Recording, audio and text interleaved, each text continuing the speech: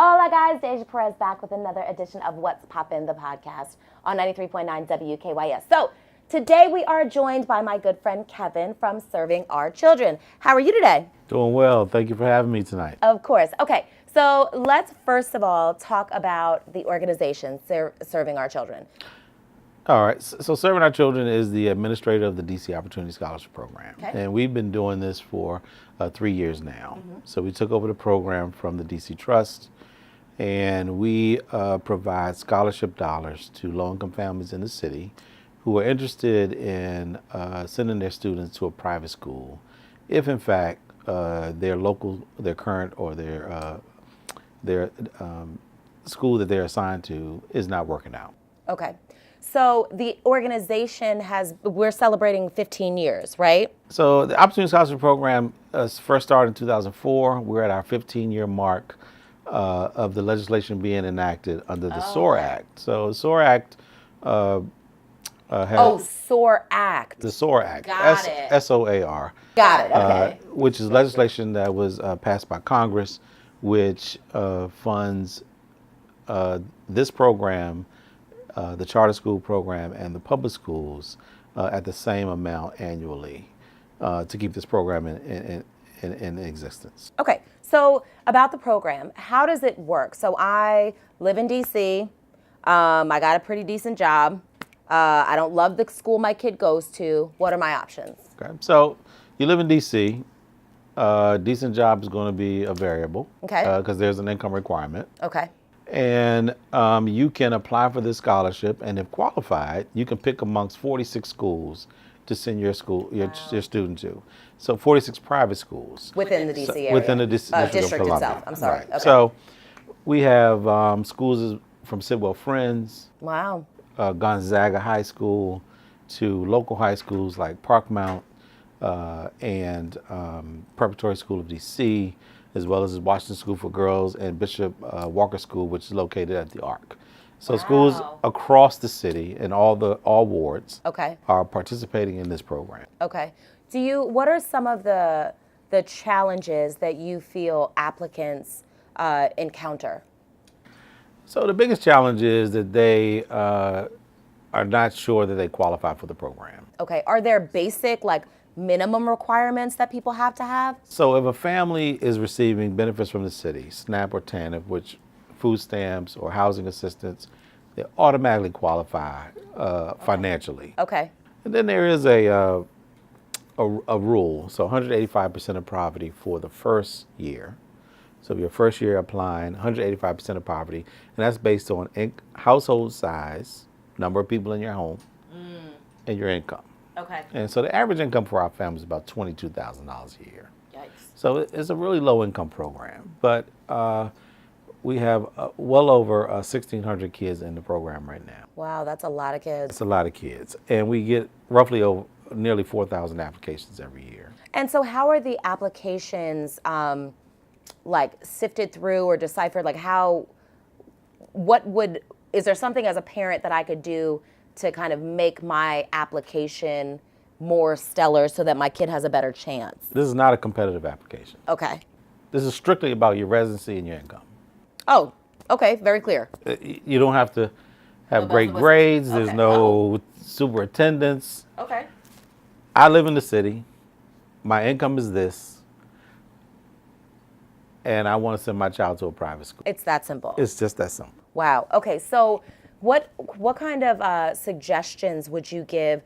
You know, our folk aren't necessarily always receptive to change, right? So their kid goes to whatever school around the corner. You know, how do you get people incentivized, I guess, to do the research? Because basically, once they get this scholarship, do they need to know in advance where the kid wants to go, or you just qualify for these scholarship dollars and then you go out and look for a school? So it's a great question.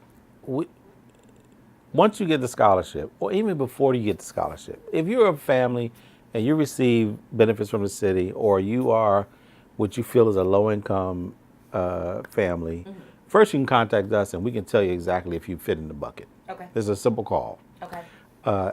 Second, you can reach out to these schools, ask them what the requirements are, apply to the school. while you're applying for the scholarship. Once we clear you in the scholarship for K through 8 right now, it's $8,857, and for 9 through 12 it's $13,887. That is a lot of money.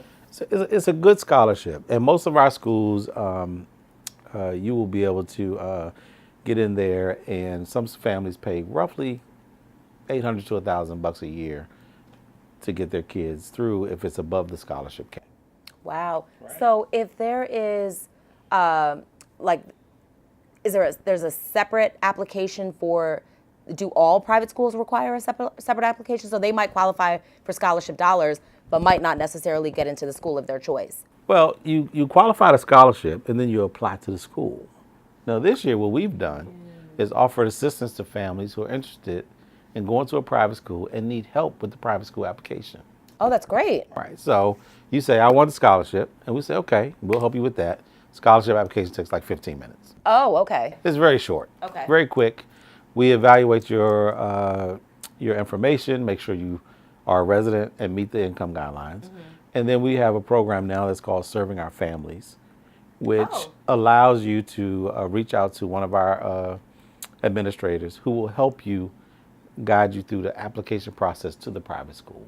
Wow, that's awesome. Now, not unfortunately, but right now in January, a number of our schools are in the process of closing that application. Are more for challenging the following school for year? 1920. Okay. So that means Sidwell Friends, Gonzaga, Georgetown Visitation. Some of those schools are getting very close to closing. But the important piece is if you can go on their website or to a program called Ravina, create an account and put in your information, and they will keep you in the process at this point, right? Okay. And then you need to finish, right? You got to finish. So get in there. Then there's an application, which is pretty demographic information. There's also information about, assay information. And it seems daunting, and that's why we are here to help. Gotcha. So if you want to go through that process, reach out to us and let us know. And folks can reach us at info@servingourchildrendc.org directly. Right now, just send an email saying, I want help with my application to the private school. Simple as that. Even if you haven't applied for the scholarship. So because is there a cutoff for the scholarship? Like, when do you guys cut off? So our that's another great question. Another great question. So I've got like a bunch of great questions. if you apply for the scholarship at any point and got it, you cannot lose the scholarship unless you leave the city and outpace the income guideline. Okay. And after the first year, the income guideline goes up to 300%. So what that means is if you're a young woman or man who are a single parent, or even if you're a two-income household and you just don't make enough, the first year the income guideline is pretty low. The second year bumps up because if somebody gets a job and they're able now to do a little more, they can still keep the scholarship. Wow. And as long as you meet that guideline, you will always, we will always renew your scholarship. So I know people think, wow, the money runs out. Or, I mean, you'd think it would, And the money does run out, technically. But if you're in the program, it won't run out. All the legislators have said, whoever's in the program, we're going to fund those people. Wow. So I legit, if I had a child that is in kindergarten right now, if I can get them in the application process through Serving Our Children, I literally could have their education paid for through 12th grade. Through 12th grade. As long as you stay a resident and meet the income guidelines. That's crazy. Through. And we and after 15 years in the program, we certainly have those stories. Wow. Of people starting in kindergarten and now have graduated high school and gone on to college. That's amazing. It is so thrilling to watch. That is amazing. Wow. So why don't you tell everyone again how they can get information on the program?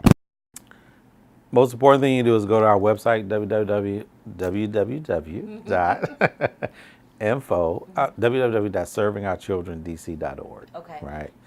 And if you want to send an email to us and request info, just do info@servingourchildrendc.org. So a couple other questions, right? So I am of Hispanic descent. I don't speak English very well. Is there somebody that can help me with that? Great questions. I try. This is not So my first rodeo. not only do we have a staffer who is a Spanish speaker, we also have a staffer who is Amharic speaking. Oh, wow. Okay. So we have certainly put in place the necessary resources to help families in the city to participate in this program.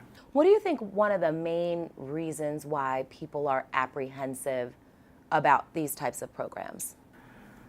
So a lot of our families are not sure the program's going to last for a long time. Okay. You know, so and it's been 15 years, and we're very confident the program will go on for at least another 15, 20 years. Okay. Okay. And while we see some adversity to the program, we believe that overall the program is secure, and that we will be here to fund students, especially students who are in schools where they're not getting the education that they think they deserve. And that's the most important part. Let's kind of talk about education because you know these private schools that are available, they range in education standards, I assume, right? Absolutely. So let's talk about education for a little bit. Okay. How do you? Is there a tier system? Is there how as a parent, how do I find out how good a school is? So parents need to do their due diligence, right? So contact the school. Talk to the administrators about what's required. Okay. Talk to the administrators about their track record. College, for high school, college acceptance rates. For younger kids, figure out exactly what the curriculum is. What are they teaching? How are they teaching it? And we have Montessori schools, Catholic schools, independent private schools that are in the program. Okay. So, you know, there's a requirement for parents to go out and do their due diligence. Okay. We just had a new school join last year called Blythe Thompson. High school, Capitol Hill, right by Potomac Avenue. This school provides students a creative way to learn. They give them absolutely freedom to kind of set their schedules and do things in a way that is different from the traditional school. So if a student wants to take a course, they could finish a class in 6 weeks and be on to the next class. Wow. So they can accelerate or they can go slow. It is these types of programs that parents need to reach out to schools to figure out what's going on there. That's interesting. How does your student work? What do they need? And be able to say, okay, this may be a great fit for my student. So I'm a 15-year-old girl. I live at home. My mom works 17 jobs. I never see her. I'm interested in this program. What do I do? We got to get mom to apply. Okay, so the parent. The parent is the applicant. Okay. And then once the mom applies, we know through research that students, when they get towards high school, they pretty much pick the school, right? And you know, when you were coming up, you said, "Mom, I want to go over here. My friends over here, they got the football team, right? Or I want to go over here because they got certain things." And that is true no matter what. Okay. But I encourage, if you were a student in that position, to encourage your mom to apply, and a student can actually reach out to schools and say, "Hey, what do you offer? What is it like over there?" Okay. I mean, admissions officers are going to give you that information no matter who it is. Okay. And the student can say, "Okay, Mom, I like this school. I want you to go with me over there and see if I fit." So what if the 15-year-old, she applies for the scholarship, she gets it, she enrolls in this school. If she doesn't like it, what then? So the scholarship allows a parent, the parent is the applicant, if they're not comfortable with a school, to transfer to any other school in the program. Even mid-school year? Mid-school year, 2 days after you start. The way the program works. Yeah, the way the program works is based on how many days you attend school. And that's how we split up the scholarship dollars. Okay. So if you go for 10 days, and I'm just making this up, if it's $10 a day that you go to school, we'll pay that school $100, and you'll have the remaining balance of the scholarship to carry to the next school. Now, let's say I live in Southeast, but there's a super dope school in like super Northwest. I'm responsible to get myself there? You are responsible for that. Okay. And does the scholarship cover, is it straight tuition, or does it cover like books, or I don't know how that works in private schools? So it depends on the school you pick. Okay. If you pick a school where the tuition cost is below the scholarship cap, You can apply those dollars towards. you can apply those dollars to other fees. Oh, that's great. If it is above the scholarship cap, You're on your own. we're going to do tuition first. Gotcha. So the tuition will absorb. So if you're applying to a school that's more expensive, which a lot of kids do, you got to apply for financial aid to that school. I didn't realize you could get financial aid for. Absolutely. Most of our schools offer financial aid to students, especially when they qualify.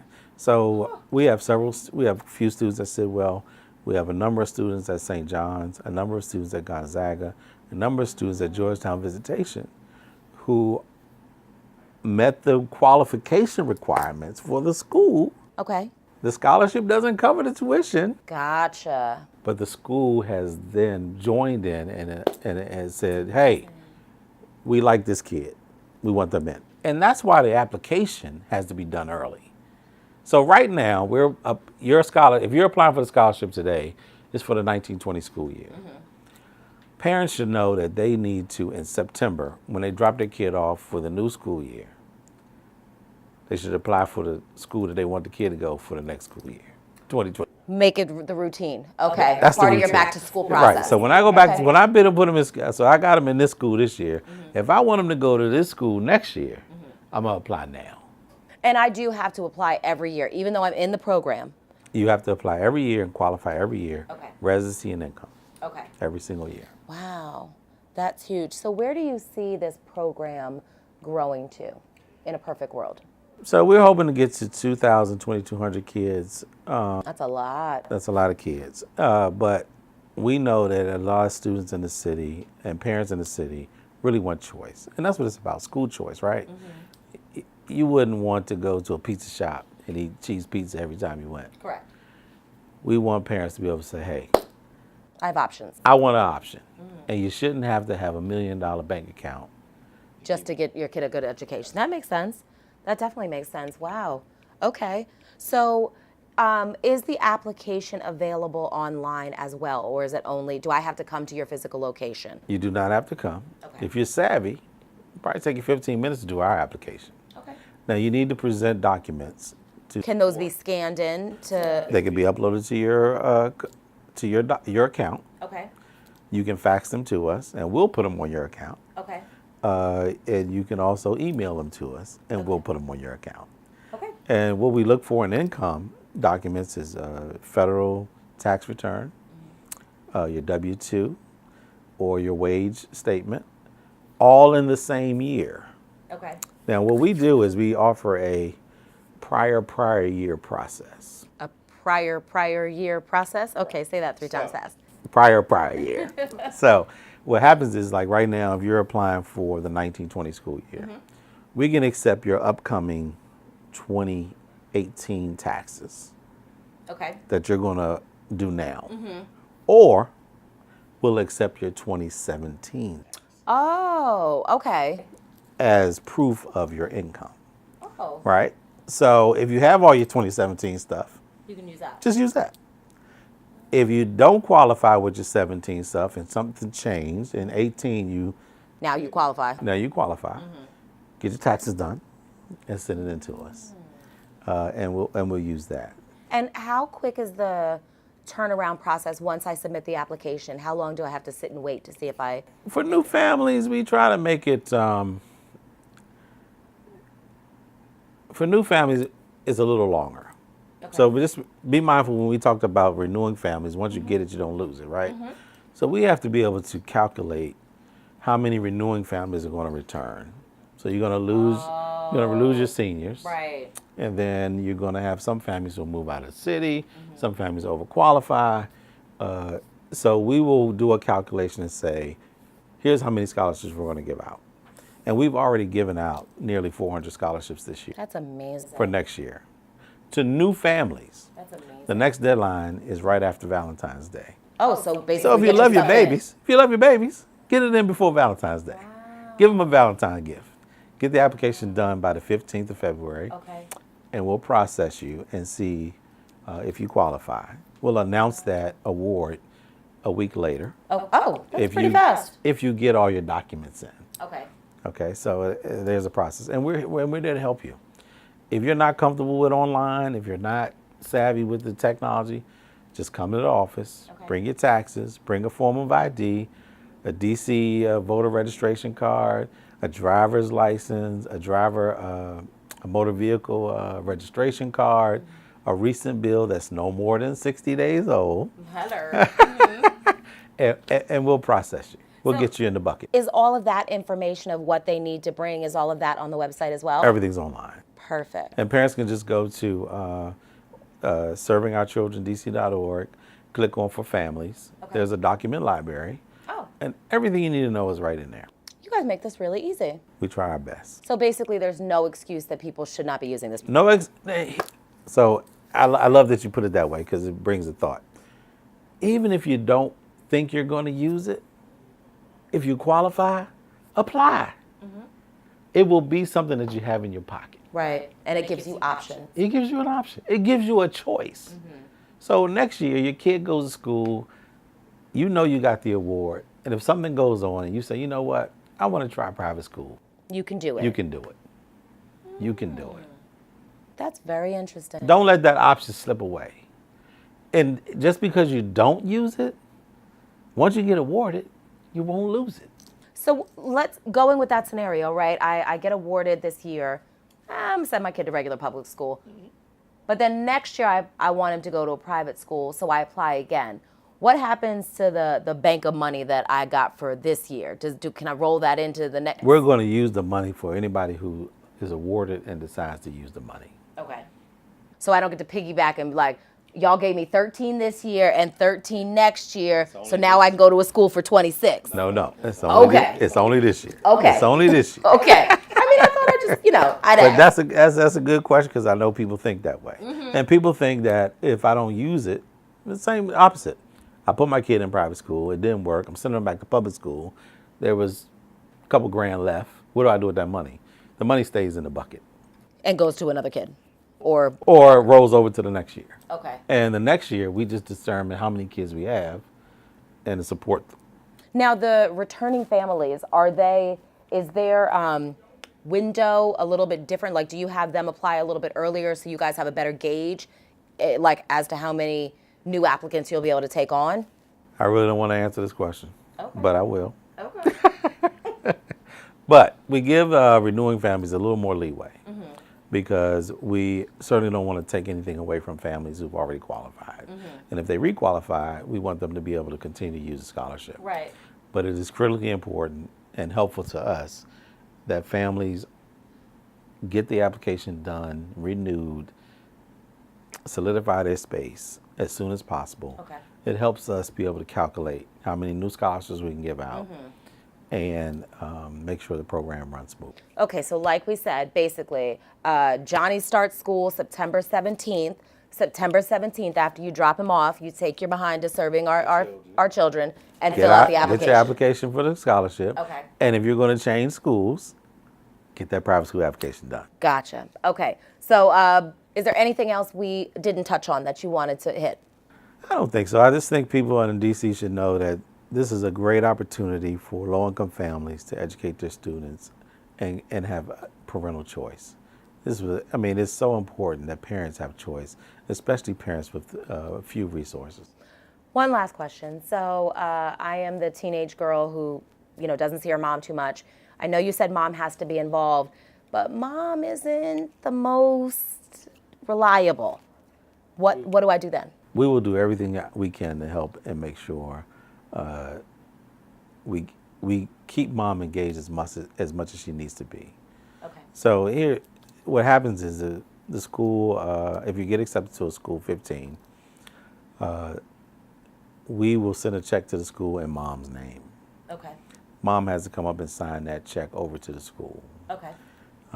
If there's any challenges there, we will try our best to assist to make it as easy as possible for mom to sign that check, whether it's coming to our office, whether we meet her somewhere at her job in the community. Oh, wow. To make sure she Does what she needs to gets do. that done and keeps the student in school. Oh, that's great. Yeah, so it's really important. Fantastic. Okay, so before we wrap up, give them the website one more time. www.servingourchildrendc.org. Okay. Don't leave that DC off. Because it's important. It's important. And if you want to email us at info, I-N-F-O, at servingourchildrendc.org. And there's a text feature you guys have as well, right? Yeah, so this Saturday, you've been Deja was hanging out with us all for the past 3 weeks and promoting our carnival. And our carnival is on this Saturday, the 26th, right? 11 to 3, open to the public. Yep.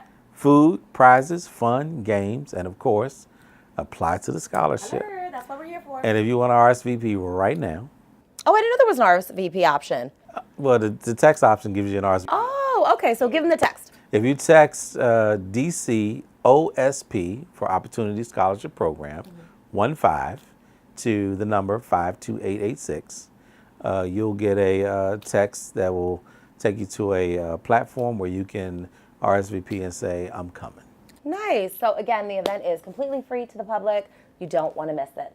So I thank you. Thank you. And Deja's coming on Saturday. I am. I'll be there. Definitely. But I want to thank you for sharing this. I think this is so important. Like, we need to get our babies educated. So thank you so much. Thank you for having me. Of course. Thanks, guys, for joining us for another edition of What's Poppin' the podcast on 93.9 WKYS.